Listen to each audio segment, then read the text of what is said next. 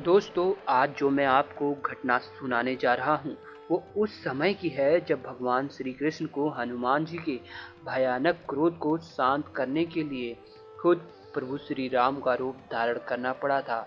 यही नहीं, भगवान श्री कृष्ण जी की पत्नी रुक्मणी को भी माँ सीता बनकर हनुमान जी को अपने दर्शन देने पड़े थे।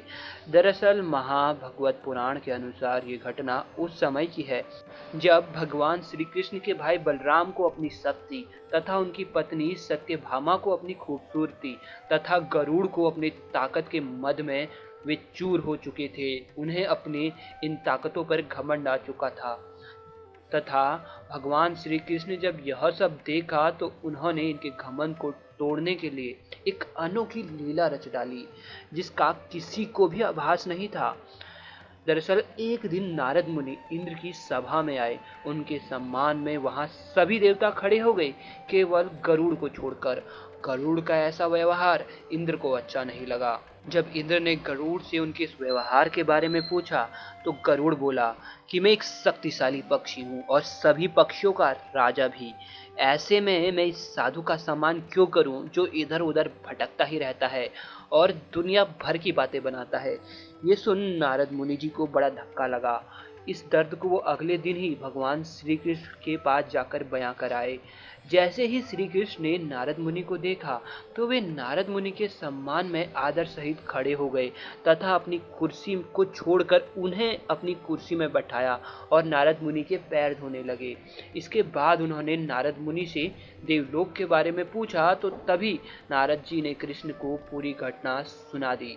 श्री कृष्ण ने गरुड़ के इस व्यवहार के लिए नारद जी से क्षमा मांगी और तभी उनके दिमाग में कुछ सूझा और उन्होंने नारद जी से कहा कि जाओ, तुम सत्यभामा को बुला के लेके आओ।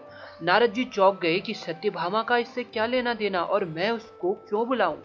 फिर भी भगवान श्री कृष्ण की आज्ञा जो थी तो वे सत्यभामा को बुलाने पहुंच गए। उस समय सत्यभामा अपने श्रृंगार में व्यस्त थी। बार बार वो अपने चेहरे को शीशे में ही निहार रही थी। अपने आभूषण की चमक में उन्हें कुछ और नजर ही नहीं आया। यहाँ तक कि नारद मुनि भी उन्हें दिखाई नहीं दिए, जो बार बार उन्हें आवाज लगा रहे थे कि तुम्हें श्री कृष्ण ने बुलाया है।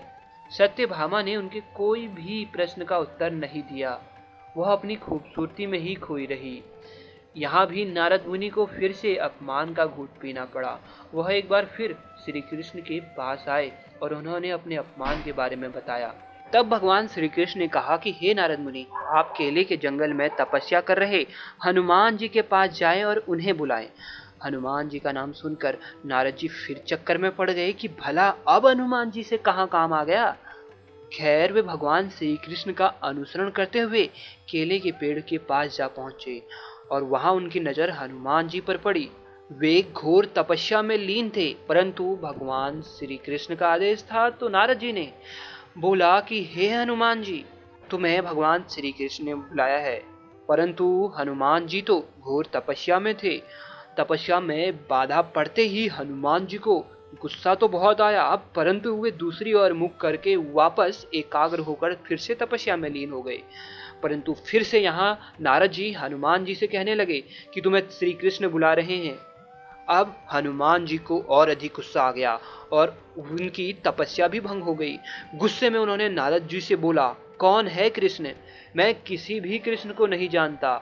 और फिर से यह कहकर वो पुनः ध्यान मग्न हो गए।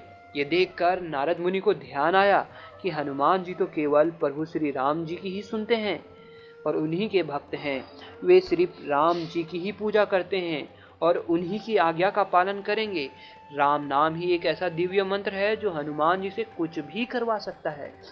इस बार नारद मुनि ने राम धुन की ऐसी बांसुरी बजाई कि स्वयं हनुमान जी उनसे सम्मोहित हो गए तथा नारद मुनि जी के पीछे पीछे चलने लगे। राम नाम का धुन का सहारा लेकर नारद मुनि हनुमान जी को द्वारिका तक ले आए। परंतु जैसे ही द्वारिका नगरी पहुंचकर नारद जी ने राम नाम की धुन को बंद करी तो हनुमान जी होश में आ गए और उन्होंने द्वारका नगरी के बीच अपने आप को पाया। वे पहले से ही गुस्से में थे। जब उन्होंने देखा कि पास में ही बगीचा है तो गुस्से में उनका भूख और अधिक बढ़ गया और उन्होंने उस बगीचे से फल तोड़कर उस बगीचे को भी नष्ट कर दिया। वहीं जब बलराम जी को पता लगा कि किसी वानर ने द्वारिका के बगीचे में उत्पात मचा रखा है, तो उन्होंने तुरंत गरुड़ को वहां भेजा। उन्हें यह तनिक भी एहसास नहीं था कि जिससे वे गरुड़ को लड़ने भेज रहे हैं वो कोई साधारण बंदर तो है नहीं, बल्कि स्वयं साक्षात हनुमान जी के अवतार है। हनुमान जी के सामने गरुड़ की शक्ति बहुत ही तुच्छ थी, परंतु गरुड़ तो अपने अभिमान में चूर था और उसे लग रहा था कि उस साधारण दिखने वाले बानर को वह तुरंत ही पराजित कर देगा। गरुड़ हनुमान जी के पास पहुंचते ही हनुमान जी से बोला, ए बंदर, इधर से हट जा, वरना तू अपने काल को आमंत्रित कर रहा है।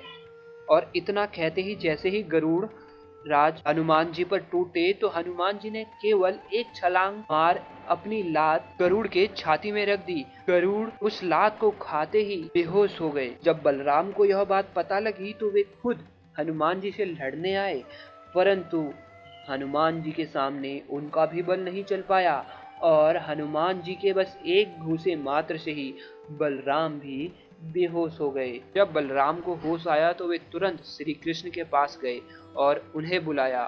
तब श्री कृष्ण ने बलराम को बताया कि ये कोई साधारण वानर नहीं बल्कि हनुमान जी हैं। इसके बाद भगवान श्री कृष्ण ने सत्यभामा को बुलाया और कहा, हे सत्यभामा, तुम आभूषण एवं साज सज्जा में बहुत निपुण हो, तो ऐसा भेष बनाओ कि वानर तुम्हें पहचान नहीं पाए। तुम बिल्कुल माता सीता जैसी दिखनी चाहिए। यहाँ पर सत्यभामा को अपनी सुंदरता एवं साज सज्जा पर बहुत घमंड था। उन्होंने बोला, यह तो मेरे चुटकियों का काम है, मैं अभी आई। बहुत सारे साज सज्जा एवं गहने पहनकर वह वापस भगवान श्री कृष्ण के पास आई। जब श्री कृष्ण ने सत्यभामा को देखा तो वे जोर जोर से हंसने लगे और बोले, आप सीता कहीं से भी नहीं लग रही, बल्कि आभूषण की दुकान बनकर आप आ गई हो। मैंने आपसे सीता बनकर आने को कहा था। इसके बाद भगवान श्री कृष्ण ने अपनी पत्नी रुक्मणी को आवाज लगाई और उनसे कहा कि वे सीता का रूप धारण कर आए। इतना सुनते ही रुक्मणी भाव विभोर होकर भगवान श्री कृष्ण के पास दौड़े चली आई और अपने पुत्र जैसे हनुमान के बारे में जानकर उनकी आंखों में आंसू आ गया। वे जिस हालत में थी उसी हालत में भगवान श्री कृष्ण के साथ हनुमान जी के पास चल पड़ी। यह सब देख सत्यभामा का घमंड टूट गया और वह समझ गई कि असली सुंदरता गहनों में नहीं, चेहरों में नहीं छुपी, बल्कि निष्फल मन और करुणा, दया और ममता में है। इसके बाद भगवान श्री कृष्ण और रुक्मणी श्री राम और सीता बनकर हनुमान जी के पास गए। जैसे ही हनुमान जी ने उनके आराध्य श्री राम और सीता माता को देखा तो वे बच्चे की तरह उनके पैर में रोने लगे।